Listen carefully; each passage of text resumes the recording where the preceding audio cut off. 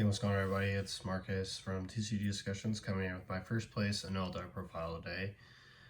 This is going to be a slight guide slash deck profile. So I'm going to quickly hop through the profile, talk about strengths and weaknesses of the deck, MVP cards, of course, that help in the matchups, and then we'll go over basically broad listed meta stuff. So yeah, let's just get into it. I'm gonna talk a little bit quiet because my little one's asleep. So hopefully,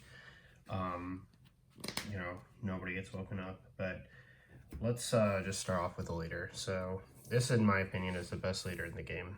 And there's lots of reasons why I understand people want to say that he's not. Especially with the purple Luffy matchup. It can be a little bit rough, especially if they see like a double Magellan into like a page 1 or an ulti page 1, and you follow that up with like 9 cost Kaido or Pauly like on curves properly. It's just going to get a little bit out of hand. And the Dawn minus from Magellan basically is a non-factor because they can take a life to replace that Dawn. So once they see like a Magellan on curve, they can properly do that, and they'll take 2 life, and then they'll do what they do, go down to 3. And if they're bored to stabilize anything you turn sideways, is basically get at least a 6k plus whatever leader swing they have. And then obviously you don't have remover for the Magellan, but unless you like kind of create them to the bottom of the deck, which is, it's okay because basically Magellan, once you get to 10 Dawn, is like not a factor anymore. Because you can remove the card by attacking over it, sack the 2, and then still have whatever you have. But let me just talk about why this leader's like better than like every leader in the game. And like he just lives way too much. Okay, like having to minimum by the leader alone in his effect attack him 3 times creates a pretty problematic scenario for every deck, especially when he can play a 7 cost rusher, a 7 cost big mom that's gonna, either grant him a life or make your opponent trash, and then Yamato heal, and any other forms of removal that accompany that, coupled with attacks, right? So if he's focused on board clear and your opponent really cannot protect their cards from the attacks that you're dishing out, like a Katakuri or a Big Mom or an Enel or Yamato, you just steamroll your opponent. Like there's a point where you can just pretty clearly see whether or not Enel will win the game. And that's like not obvious with any other deck other than Enel. You have to force Enel into a choke point at 0 life, because leaving them at 1 and passing turn in the late game essentially now means you have to hit them for 4 most of the time. And again, that's pretty problematic. So and Luffy, purple Luffy, runs into the same problem that every other deck does playing this one, and that is just that, yes, getting your curve affected can really suck, but if they see the proper cards like they do, like every deck does, you just win, because eventually the life they take and the cards you establish will all come back to haunt them. And the same thing applies to Sakazuki. This is the best deck in the game against Sakazuki. And we'll talk about that as we get through the cards through the profile. So let's just get this out of the way pretty quickly. One of the MVPs for sure. This card being a trigger and a searcher is the stupidest thing I've ever seen. It is an easy auto target to place into your life with Katakuri. So if this card just lives on the board, it's a pretty big deal. Like, this is probably one of the only searchers in the game that you for sure want to get rid of if you can.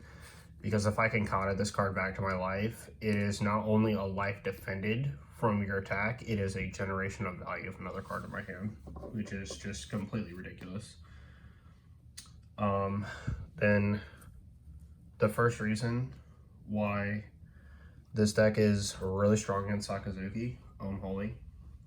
Now, I know what you're thinking, right? You play Holy, and then they just Rob Lucci the whole board, and you're a sad man. But this is the beginning, right? This is what them forcing an awkward play of Rob Lucci, and we'll talk about the turn curve on how actually like difficult that can be for them to out both of these cards with Rob Lucci as soon as you play them if you high roll them. But even that, right? Like, let's take a sidestep for a second and discuss what like really would break the game wide open for Enel on the spot. Like, the chances of you winning the game go from probably 50-50, even if you see Holy, to basically 80% or higher. Like, you basically have to brick or see nothing but bad cards the rest of the game to lose to Sakazuki, which your deck shouldn't be playing any bad cards. And that's if you hit Holy twice in a row. If you hit Holy twice in a row, and the first set get attack value out of it, the game's over. There's just no way that Sakazuki is going to defend basically 3 cards in that turn, or take 2 life, or any combination of what I'm talking about, and still come out on top. So if you don't know, this card, if you have 2 or less life, gains 1,000 power during both players' turns. So if like they forget that and swing into it with a 5, thinking it's 5 for 5, it can be a 6, which is really good. And then on play, he top 5 searches for Holy. If you find a Holy among the top 5, you can play it to the board. If you have one in your hand already, you bottom deck the rest and you play one from your hand. But this card makes this combo much more consistent.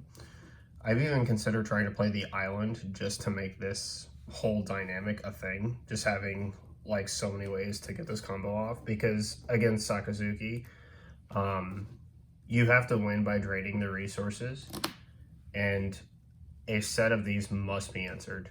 Like a board state that establishes 2 attackers early must be answered, especially because of the following card, Gidatsu. So this is another reason why this deck is really strong against Sakazuki. It's a 5 for 6, 1,000 counter power. By the way, all of these cards have 1,000 counter power. I didn't mention that for that, but when this card on play comes in, you KO a card up to your opponent's life. Now, if Gidatsu's in your hand and you're going into your second turn, you play Holy, you just don't swing, because going into their $5 turn, they have to out the Holy, and the only way to do that is with Rob Lucci.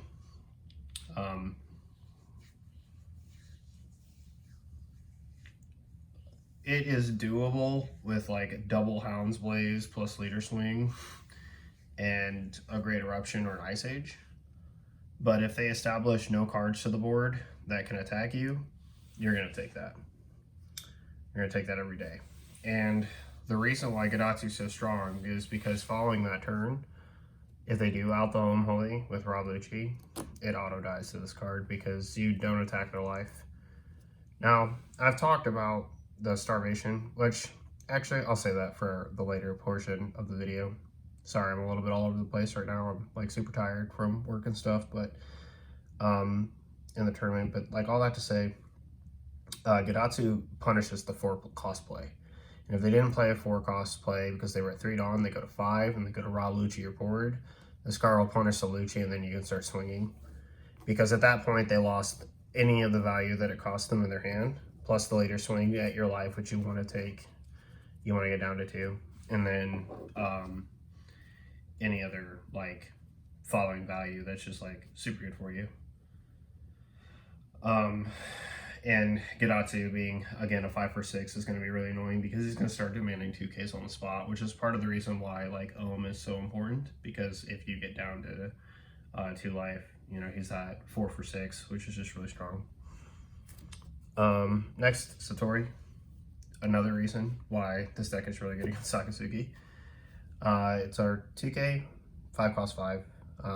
As a trigger, you can trash a card to play him. And we'll talk about that in a bit.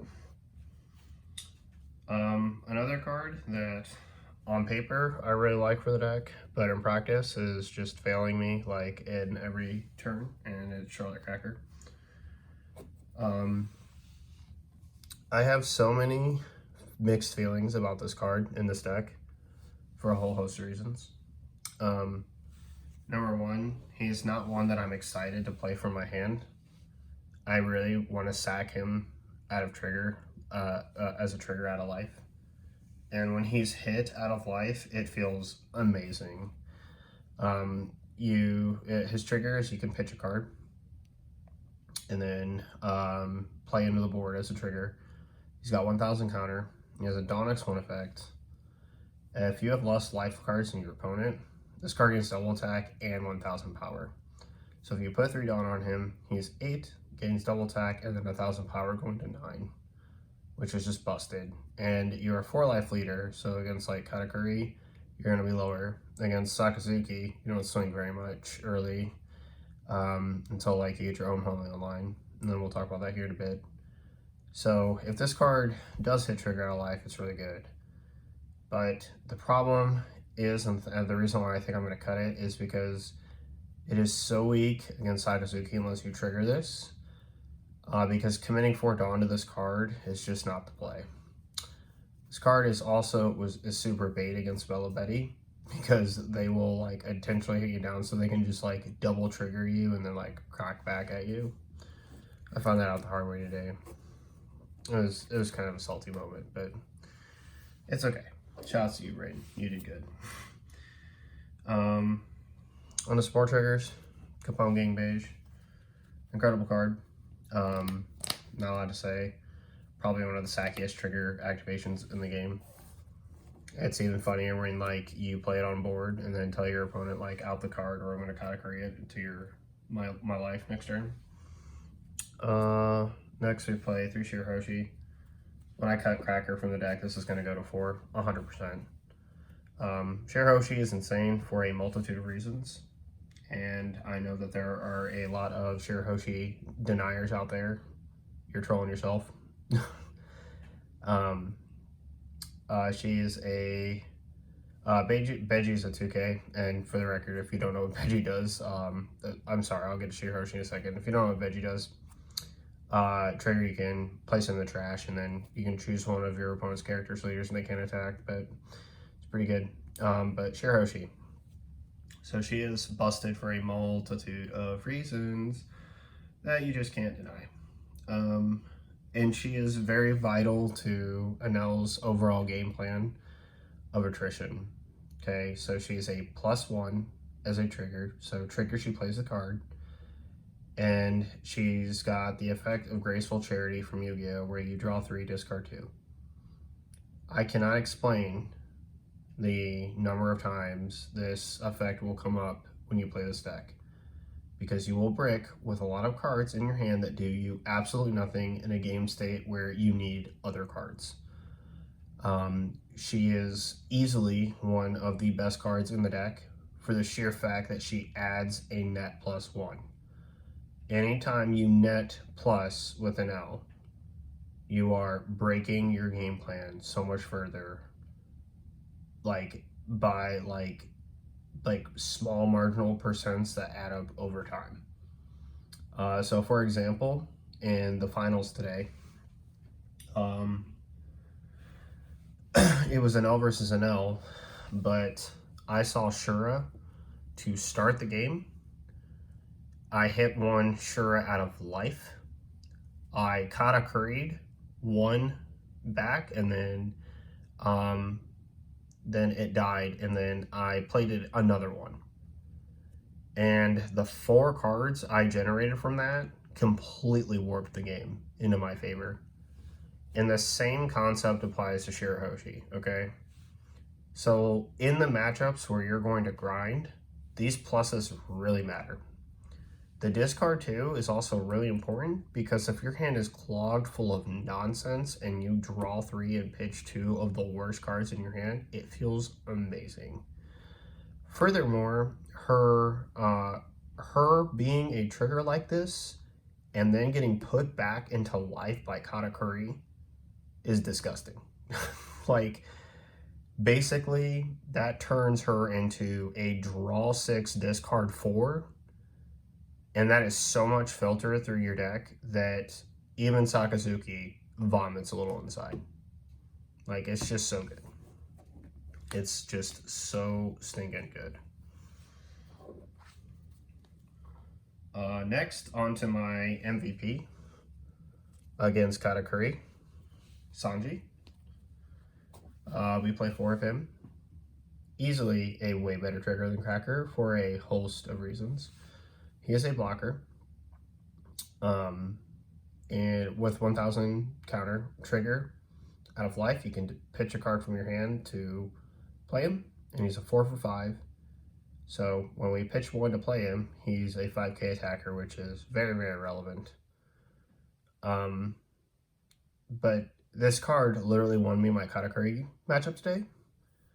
I Sanji triggered life, and then healed 1, and then swung, placed a life. I think I like Yamato'd or Big Mom'd or something, and then I healed a life. And then my opponent got my life down because he Big Momm'd me, and then he swung. And on his kill turn, the life regen that I have off the top of my deck netted me closer to 1 of these. And when he swung 7 with Katakuri to like start the entrance of the second to last play of hopefully killing me, because this was my last life, it was a Sanji trigger.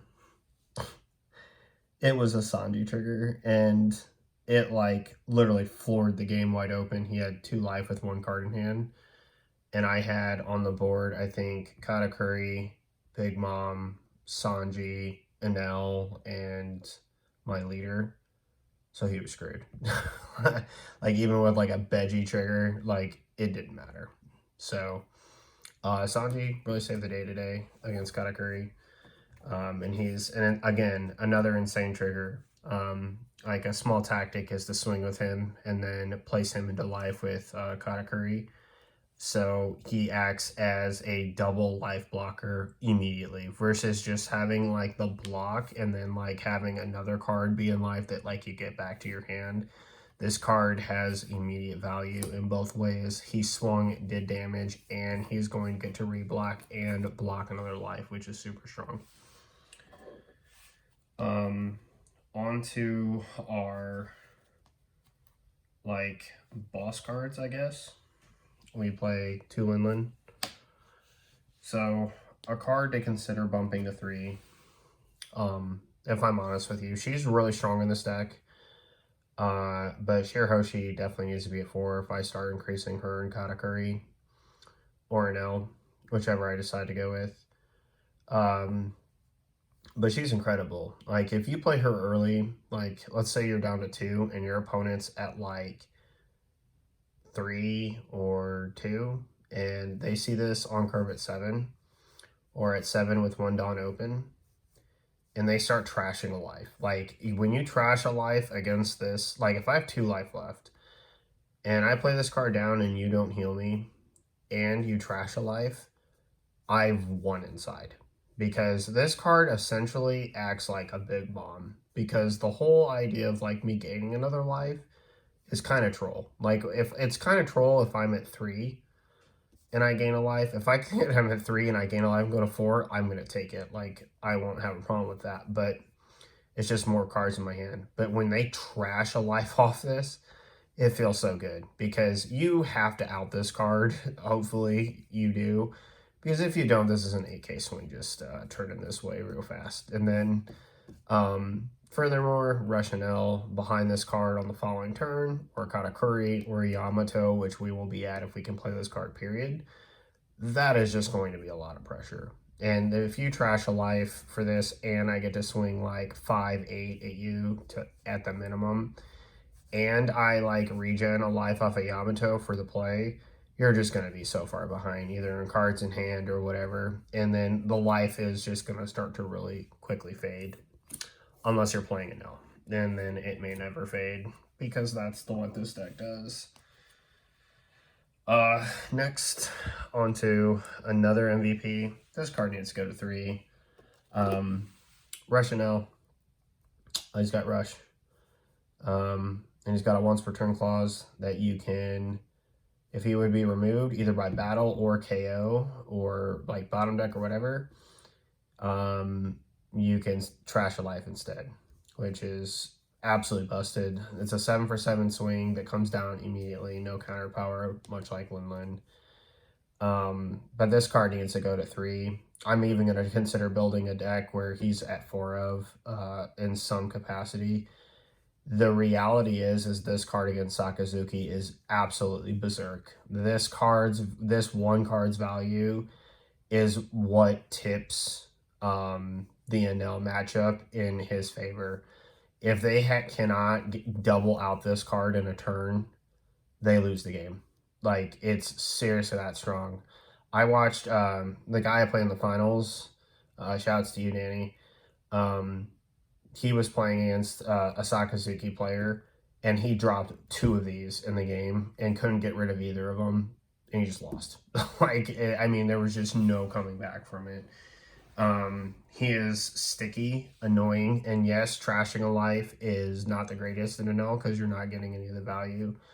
But this card generates so much more value than almost any other in the Sakazuki matchup. Number 1, it swings for 7 immediately. So even if they do out the card, he's still got value either out of the swing, a block, or the cards that they spent out of hand. Next, they're going to invest in cards to get rid of this. And he's a 7K body, so whatever they swing at him with, it's going to be very easy to protect. You're playing yellow, usually at like 4 2Ks or something in your hand. And then Althor could be up. So even high cost swings at this card can just be easily punished as waste of a turn. This card just starts to become an auto blocker, especially in the Sakazuki matchup. If they decided that they're going to invest like Great Eruption, Ice Age or something to try to out this card, without like a double out to it, it's just useless. Furthermore, successive points of this card just start to get backbreaking, because after you play Enel for 7, again, after you played Enel for 7, if you're at 10 Dawn, you can swing 7, 8, 6, or you can go 8, 8, 6, and then or you can go 7, 8, 6, and then leave 1 up for Althor, or 9 wherever, or 10, 7, 5. It's so stupid. And then these cards basically hard check the late game plan of Sakazuki by saying, hey, do you want to play 10 drop Kaido? Because if you forfeit your entire turn while this card's on the board, it's going to be a very bad day for a whole nother turn. So enough talking about how good that card is. Let's talk about Katakuri for a second. So I have more than 2 Katakuri for the record. But it's another card that I want to increase. But I'm not going to increase him without, like... I'm not going to increase him without Holiday Hoodie putting Shirahoshi to 4. And that's part of the reason why Shirahoshi is okay at 3 with this current variant, is because we play like a 2-2-2 split of this card and then 4 Yamato, because we're not madmen and play only 3. I don't know who I caught doing that, but that does not seem right at all. But Charlotte Katakuri is really good. One of the reasons to increase him to 3 though in the deck primarily is because he is one of your only key removal pieces to your opponent's cards. You do not have a lot of removal, and while Gadatsu is good early, he is horrible late. So, and you can't rely on the removal of Yamato either, unless it's a really low cost card like a 2 or a 1, sometimes 3. But it just depends on life state for you, which you can get to 2. But if you're at 2, that means you're not getting value out of the play of Yamato to regen a life. So hopefully your opponent has a little bit higher. Katakuri can somewhat help with that, but Katakuri's main value is putting your own cards back into your life. Putting a Shirahoshi or a Shira trigger is disgusting. Same thing with Sanji. It's really, really strong. The other thing is that his 8/8 stat is really, really good. And the removal of him touches everything in Sakazuki but 10 cost Kaido and Mihawk if they play it. Simultaneously, this card starts to become a beat stick check to anything your opponent turns sideways, which has a lot of really good value. But to be fair, Charlotte Linlin basically has the same value, but in the Sakazuki matchup, she's a little less tankier because he's an 8 cost and she's a 7. And on curve for 2, going second is what we want to do. It is nice to have him properly on curve if there's a trigger on the board that you'd want to put back into your life. So he's a mandatory card, I think at least at 2. I could see an argument for him to go to 3 for sure. But yeah. Next, on to the Queen of Yellow, Yamato. An obligatory 4 of, for sure. If you're playing less than 4 of this card in this deck, you just want to lose. She is insane with the leader because of where your life replacement effect places you, which is at 1. So the goal is to remember that if you have to cycle, it's not a big deal as long as she's in your hand. Because if you can defend that last life and not get hit to 0, which happens a lot, people misplay into the leader by thinking that oh, I can attack, get the use out of their cycle, and then make them pitch a card. But what you actually just did was give them more options.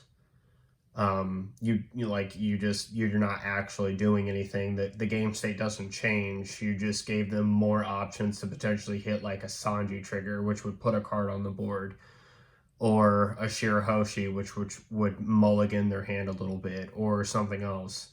The only card that would be good if to hit if it was the last card to hit would be like a Beji, but again, she is best at punishing that kind of poor play style into the deck, simply because she's going to regen you to 2. And at the same time, her putting you back up to 2 means now your opponent has to have 4 swings in order to be able to kill you. The fact that she's a 9 cost is perfect because we play Althor, which means that we're going to simultaneously be at 9k for a counter step. This is also really key to have 9k for these reasons specifically, right? So Althor is a direct check to these 3 cards, and it ties Yamato. So it's just really, really good to be able to have Althor in the mirror for these. And then as it pertains to Yamato's attack stats, 9/9, no counter. She, as a 9k beat stick, is quite a threat in menace. That is a very healthy place to swing at anybody. Even Whitebeard, for example, is going to have some nasty problems dealing with a 9k swing every turn. And you just can't say enough how she's the MVP of the deck. It's just a shame that she's not searchable. But she does carry the deck quite a lot at the top end and offers a lot of just insane value to the deck, especially when you get triggers off the top of your life with her life replacement. Next, on to the events. We play 200 bolts, million volts tomorrow, 2 Thunderbolt, and 3 Elthor. So I go back and forth all the time with these cards. I don't know if I want to play 3 of this and then only 1 of that. I don't know if I want to increase what I want to increase where. But Elthor at 3 is pretty strong. The concept of both of these cards in yellow existing is really good. Katakuri can somehow get away with playing 4 and 4 of each, and I just don't know how that's the case. I mean, I guess if I cut all my Elthors, I could probably play 4 and 3 of each, so it would be something. This card is a card that I especially like to see. I would like to see increase in the deck. Again, I'd have to make space concessions for it. But just to talk about the value of each card and what it offers. So the 200 million volt tomorrow is an activate main. Up to one of your leader character cards gains 3,000 power. So it's basically like Hounds of Blaze. And then if you have 1 or less life, you can choose one of your opponent's characters with a cost of 4 or less and switch it to rest mode, which is really strong against Sakazuki because you can rest Rebecca Borsellino. And then trigger, you may trash 2 cards from your hand, add up to 1 card from the top of your deck to the top of your life.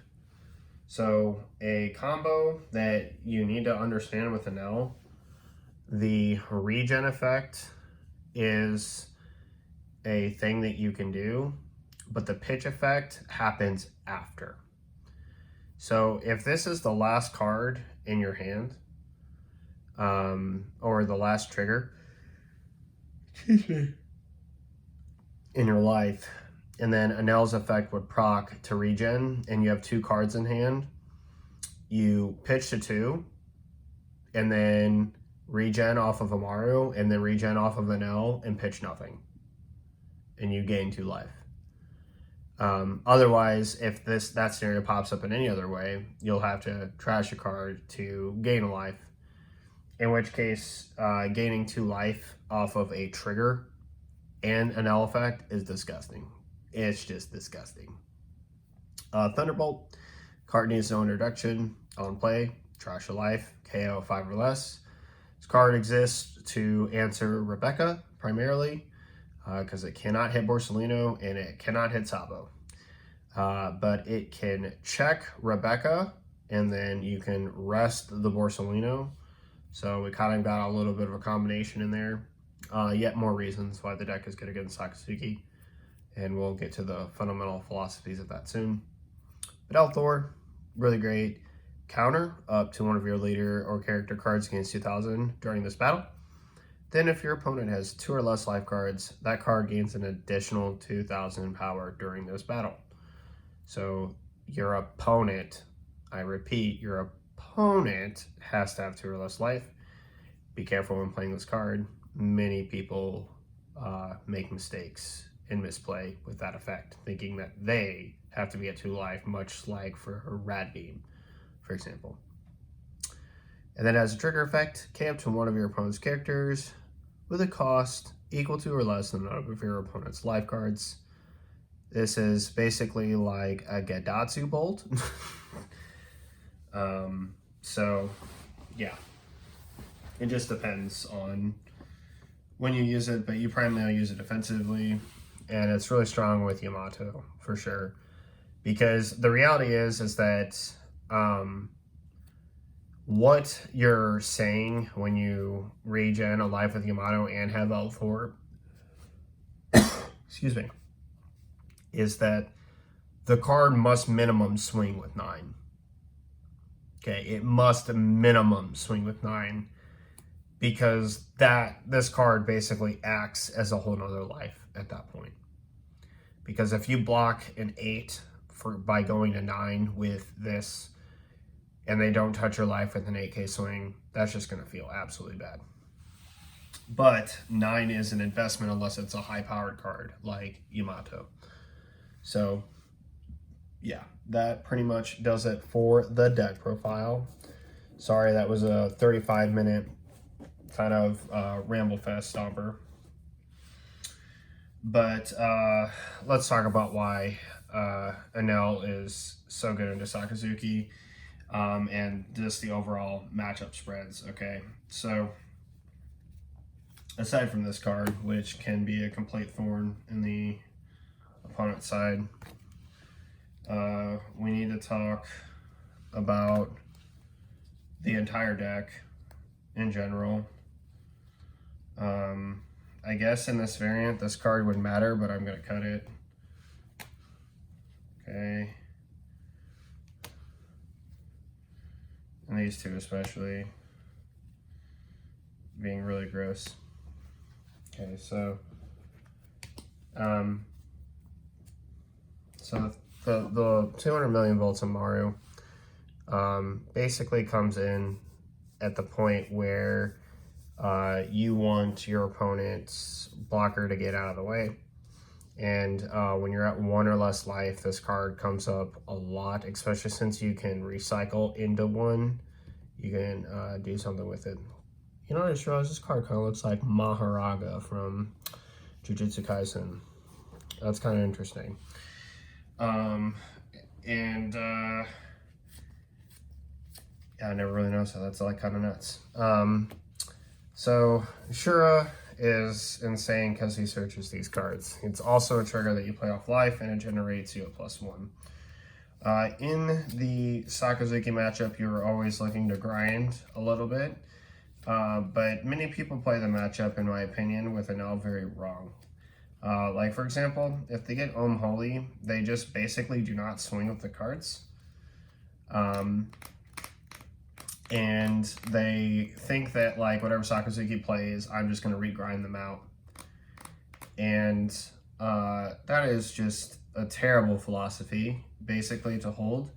Because if I'm the Sakazuki player and my opponent has a bunch of aggressive pieces on the board and they're not swinging them at me, either forcing me to take life or cost cards in my hand, those are more resources I'm going to be able to use to kill all your cards later. Simultaneously, it's going to be resources I'm going to have to defend myself later against bigger threats or like multiple threats at the same time that should be swinging. And simultaneously, it's giving me more time to out your board.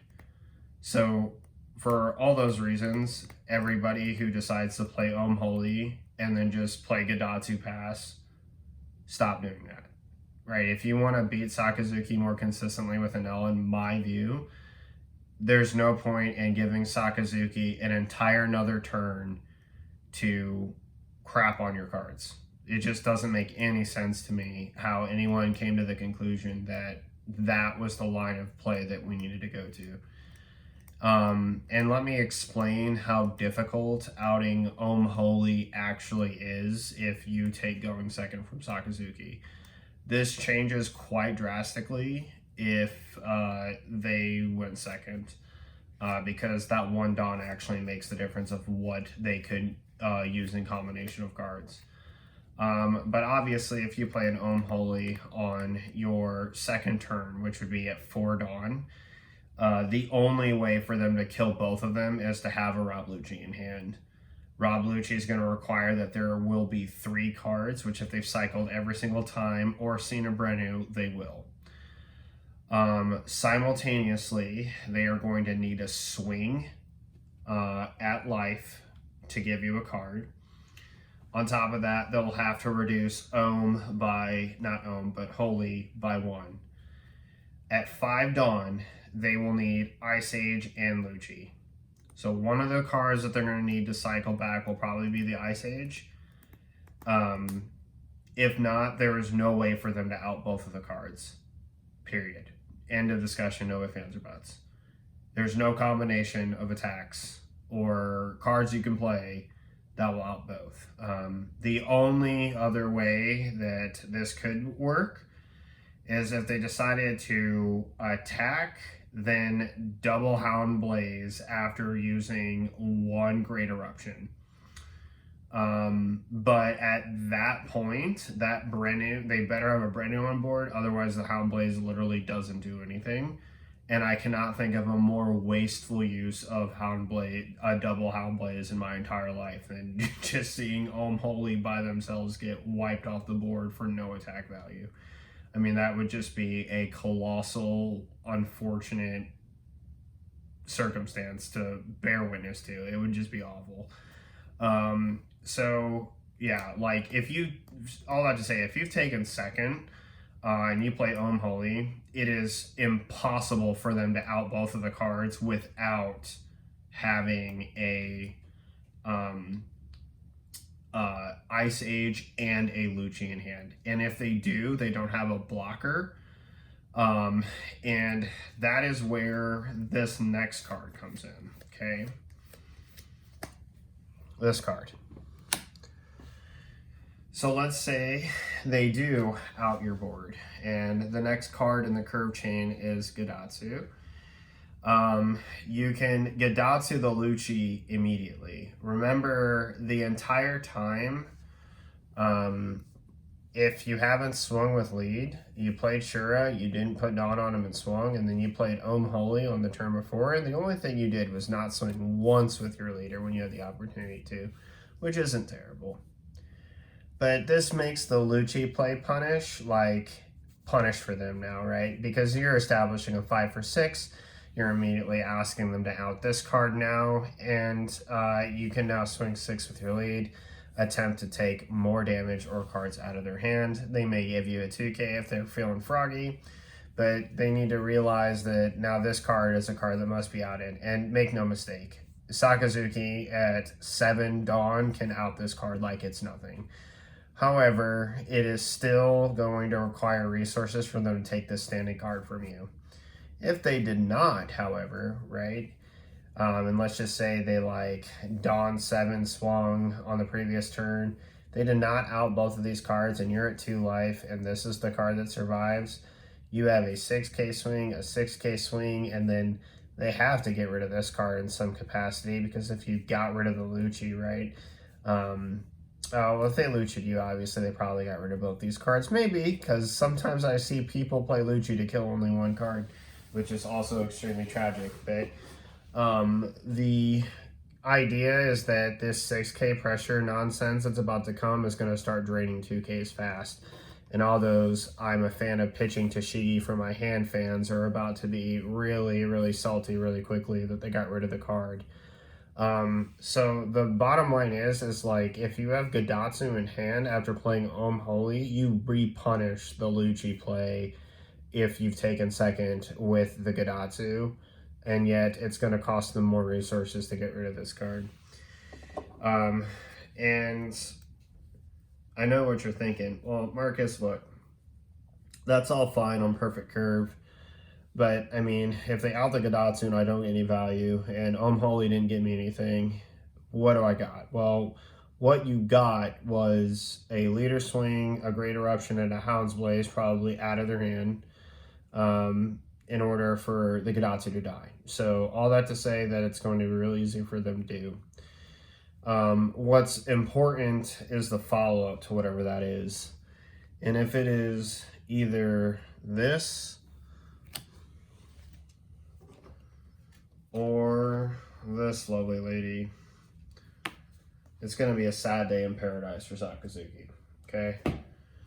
So you're going to play this down, and they're probably going to want to trash your life, which is always good with what I talked about earlier, especially if, like, in an attempt to establish the board, it didn't lose any, they like lost value. But you'll, at this point, you'll be at 7 Dawn, 8 Dawn. You'll have this card and this card as play options. This card is immediately probably gonna like knock them a life, and I won't lie to you, if you got some 6K swings in there and they took 2 damage, them taking the life on this is gonna start to look real bad really fast. Like them going to 1 against you, like if you can on your 4th turn get Sakazuki to 1, you're going to be beating the brakes off them pretty shortly. Like, it's going to be about 3 or 4 turns, and the board's going to start looking like it's unkillable. You establish another 7 cost card, another card, and this time it's for 7. And so this is where like Ice Age is going to be really pivotal. Most decks only play 2. I play 3. But even at 3, it's going to be a tall order if I had to Ice Age this card in order to out it and have one for this if I didn't have one for this. Although, to be fair, like I said, Leader Swing, Great Eruption can answer this card. It's going to start to get a little bit funky to start answering this as a 7 cost. The point of both of these cards and why they are so strong on curve, no matter if you were at 8 Dawn or 7, is that they get immediate value on play. This card's a rush card, and now it's got protection against removal, which is disgusting. And we already talked enough about the Enel. But this card, either granting you a life or taking a life for them, just makes their entire game plan like way worse. Which is why I also talk about pressure. If you pressure Sakazuki early and then see Mom on curve at 7, it's gonna feel backbreaking if they have to trash a life. And to top it off, they're probably going to grant you a life, which is what you want in Enel anyway. Is more life. Next, this card. This card can tell Sabo and any other card in their deck, including Borsalino, to the bottom with you. We're done. Okay, we're not dealing with this crap no more. This card is a very good card to answer the Borsalino. Another super strong card to answer the Borsalino is Enel, just because he's going to get immediate value. And then, like, if you activate this bad boy or something else, you're going to be able to quickly get rid of him. He's also really annoying because on the 9 Dawn turn, when they want to get rid of Enel, like, if they have to commit a Borsalino to get, like, a decent board presence, and they're not committing a whole bunch of blockers to the board with the removal, only to remove him and then not be able to attack because they're putting a whole bunch of blockers on the board, he's just going to continue to generate value, which is just really stupid in the matchup. But with Katakuri specifically, you can contest any Borsalino just by a raw swing. You can put the Borsalino at the bottom of the deck, bottom of the life, or the top of life if you want to give them a brick. I prefer to give it to them as a last card simply because it's a guaranteed brick in their hand at the end.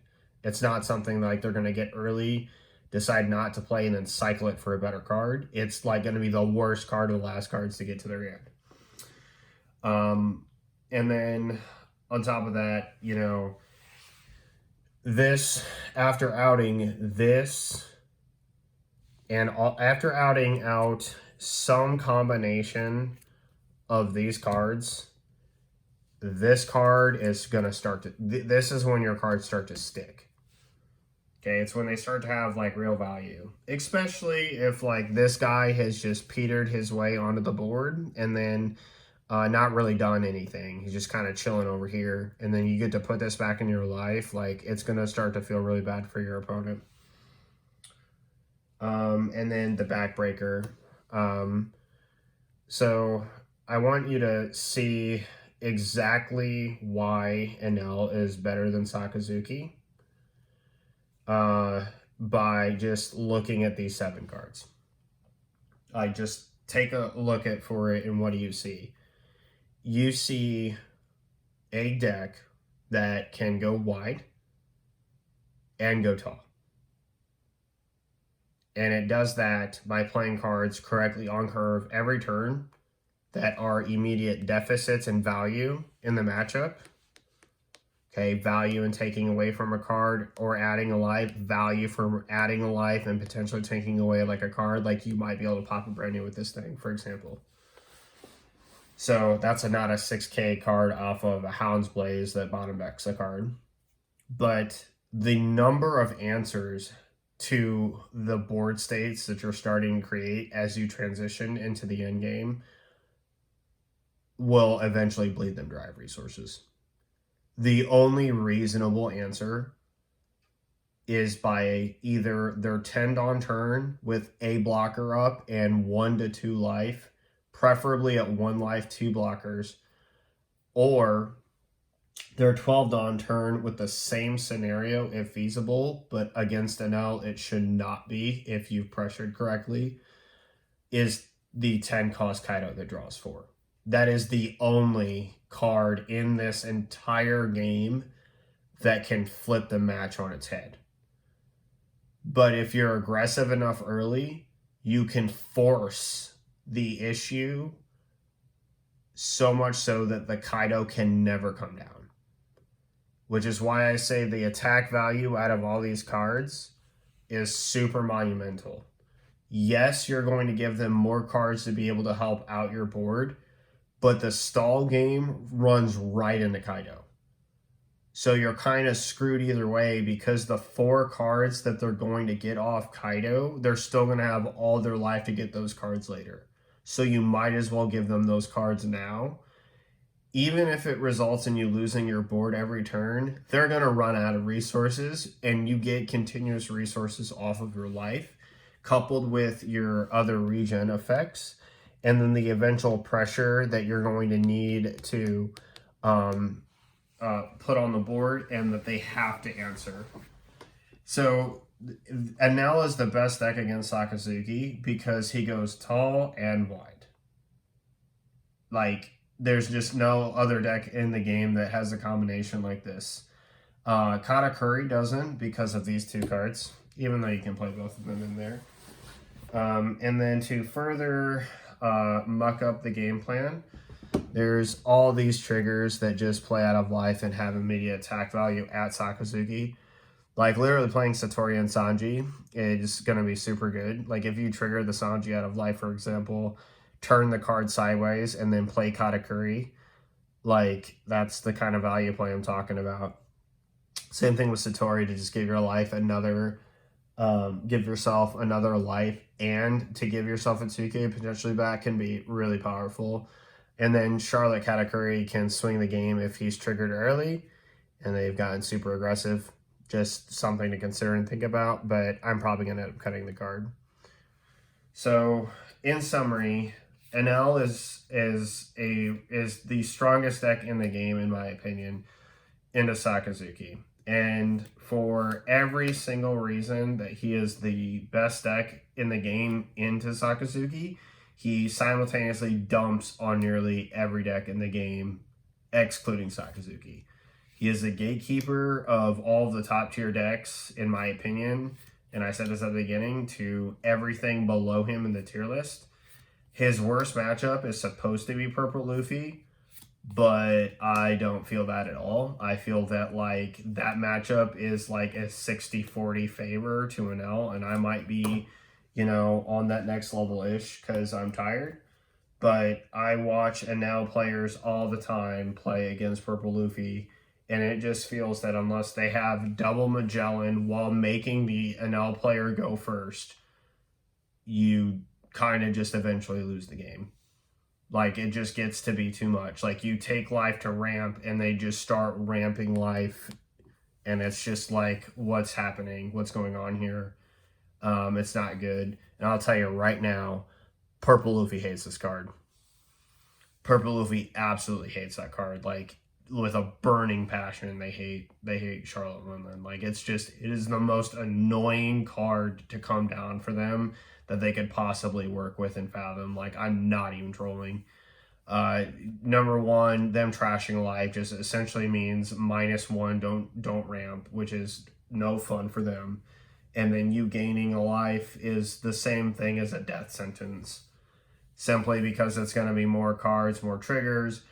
Your Thunderbolts can, if you hit the Thunderbolts, it'll trigger and kill their 5-cost cards, primarily, which are everything. Their blockers are 6, which means they're going to have to commit a 2K plus 1 just for her swing. Enel gets a 7/7 rush. It's going to be the same value, but of a 2K. And then there's going to be some life protection going on. So if they have like 3 life and you have 2 and Yamato comes down, you can pop a card. They won't have 4 life. But you can hit a 4 or less, so you can maybe kill a page 1, a few of the vanillas, or the ulti. No matter what, though, you are just in a really good shape. Especially if you high roll the home holy it's going to start to feel bad for Purple Luffy. No joke. So, as for the mirror match is a war of attrition, and those minor pluses from Shura and Shirahoshi definitely come up. No ifs, ands, or buts or doubts about it. What you have to understand is that there's points when you can attack and points when you cannot. So my opponent attacked me, put me to 3 earlier. I'm not saying like he was wrong for doing it, because he was following the philosophy of aggression against Enel, which I do definitely understand, because you kind of have to get at their life at some point, and you can't just let it get to end like the late game, and then they start playing like 7 Mom and everything else, and you're just like falling behind because you want to trash life instead of give them a life and put them at 5. Like that's just not a scenario you want to be in. But you know, he attacked me, so then he plays Ohm Holy, and then I get to Gadatsu the Ohm, and then when he swings with Holy, I get value at swinging a 6-back with the Gadatsu. So, you know, just some things to think about. Like, you're going to have to anticipate what cards your opponent can play and what are going to be the best ones to play against what your opponent has on the board and what they've done with them. In the Katakuri, you absolutely trash Katakuri unless they like consecutive Big Mom you in a row after saying 7 Lin and like Soul Pocus or some other hot garbage. Or they sack like the strongest triggers in the end. And that's kind of like Yellow's thing, but Enel gets to do it more because he gets to regen more life. But the reason why you end up eventually just dismantling Katakuri is because you can go wider, faster, taller with not as strong as cards like Big Mom, but you're basically playing the same thing, except for Yamato has a much higher impact. Even if they get to trash a life of your like 3 life between the 2 that you have off a Yamato play and your leader effect, that's a lot of chances for something to go pretty wrong. And against my opponent earlier, it eventually went really wrong because like you got triggers, man. It's just what they do. So, and then if it translates into a grind game of life attrition, Enel wins that every time. There is like you can spend 10 Dawn to trash your cards with Big Mom all you want. That just gives me free permission to turn all my cards sideways. And at 10 Dawn, if I have like Yamato, Lin, Gadatsu, leader, and then, you know, another card or 2 like a Sanji, and you play 10 cost Big Mom, I'm just going to rip that life and everything else that you have dear to your name just away. So it is what it is. Red Purple Luffy. This deck can struggle into Red Purple Luffy. I won't lie to you. The blockers don't. Your Sanji doesn't matter. And them getting to take another turn. Something to note is that if they take another turn and you have used Enel's effect, it recycles. So if you've taken a life, discarded, regen, and then they take another turn, you get that effect again, just so you know. And for that reason, it can be pretty scary, especially since the 10 for 12 Luffy shuts this card off.